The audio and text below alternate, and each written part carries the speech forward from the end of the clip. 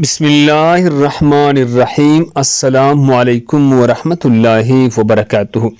رمضان میں بطور خاص کرنے والے کام۔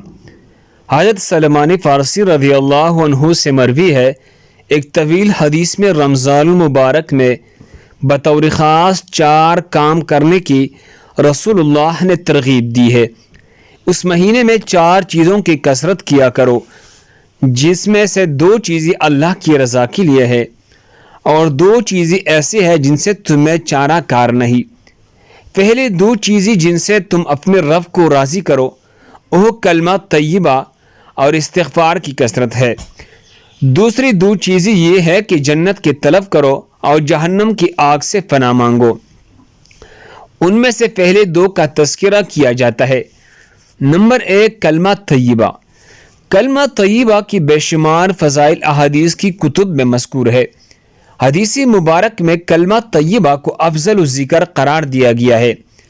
صبح و شام کثرت کے ساتھ اس کو پڑھنا چاہیے، یہاں تک کہ آخری وقت بھی یہی کلمہ زبان سے جاری ہو جائے۔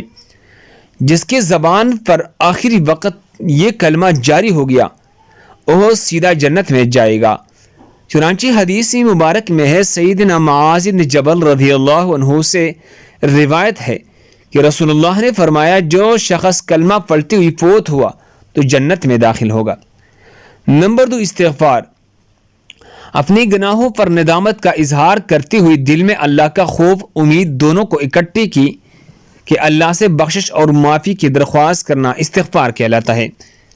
قرآن کریم کی متعدد آیات مبارکہ میں استغفار کا حکم دیا گیا ہے۔ اسی طرح احادیث مبارکہ میں بھی کثرت کے ساتھ اس کی ترغیب دی گئی۔ جب تک کوئی قوم استغفار کرتی رہتی ہے، اللہ تعالیٰ ان پر عذاب نازل نہیں فرماتے۔ جب وہ استغفار چھوڑ دیتے ہیں تو طرح طرح کے عذاب نازل ہوتے ہیں۔ چنانچہ قرآن کریم میں ہے، وَمَا كَانَ اللَّهُ مُعَذِّبَهُمْ وَهُمْ يَسْتَغْفِرُونَ۔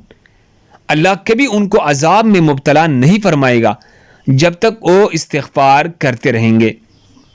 اللہ ہم سب کو اس پر عمل کرنے کی توفیق عطا فرمائے۔ دوسرے مسلمانوں کی فائدے کے لیے آگے ضرور شیئر کریں۔ جزاکم اللہ خیر۔